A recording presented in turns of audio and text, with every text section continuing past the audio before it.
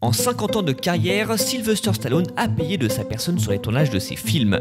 Il a souvent pris d'énormes risques et certains ont failli lui coûter la vie.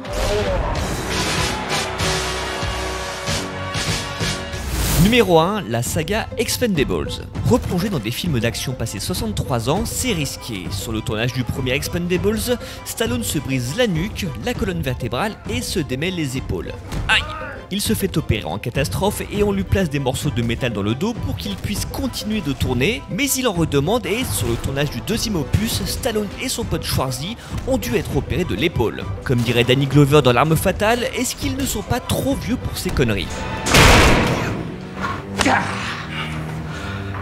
Quoi, déjà fini? J'en veux pour mon argent, moi! Numéro 2, Rocky 2. Pendant une petite séance de muscu anodine, Stallone dérape et prend ses 100 kg de poids sur le corps. Il subit des contusions au genou, une déchirure du muscle pectoral et de l'abdomen, doit être évacué sur une civière et manque de peu de perdre son bras à cause d'une gangrène. Et ça explique cette scène dans laquelle Rocky entraîne sa main droite pour surprendre Apollo Creed. Rocky tient son poing gauche en avant, il boxe en droitier. C'est en fait une astuce de scénario pour que Stallone puisse reposer son bras blessé pendant le tournage. Numéro 3, Rambo. Stallone doit tourner une scène où il se jette d'une falaise et se rattrape dans un arbre. Et après avoir recommencé la scène plusieurs fois, il se casse plusieurs côtes. Mais ce n'est pas tout, lors de la scène dans le bureau du shérif, il tourne 4 reprises et se prend des coups de matraque à tel point qu'il en ressort blessé par les coups de tuyau de caoutchouc que lui assènent les adjoints du shérif en question. Gars, merde, mais pourquoi vous avez fait ça? Le chef a dit nettoyez-le moi. Nettoyez-le moi.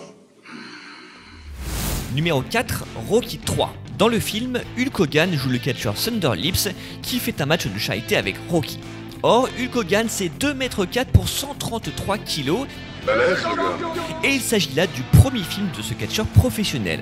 Quand il jette Rocky dans le coin du ring et lui fonce dessus, son tibia cogne violemment contre la clavicule de Sly.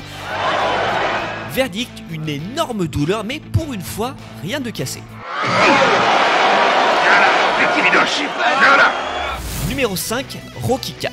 Dans ce film, Rocky doit se battre contre Ivan Drago, le redoutable boxeur soviétique. Sur le ring, Stallone demande à son adversaire Dolph Lundgren de ne pas retenir ses coups. Une bonne idée pour le réalisme de la scène, mais dans les faits c'est autre chose, et Sly se retrouve en soins intensifs pendant 4 jours après avoir eu le cœur écrasé contre sa cage thoracique, lui coupant l'afflux d'oxygène. Pour faire simple, il a frôlé la mort. Voilà, c'est tout pour aujourd'hui, on se retrouve très vite pour d'autres infos liées au cinéma et à la pop culture. D'ici là, n'oubliez pas que si vous cherchez plus increvable que Michael Myers, Jason Voorhees et autres méchants de slasher, l'heureux élu s'appelle sans doute Sylvester Stallone. Allez, salut! Rocky s'est révélé un très grand champion!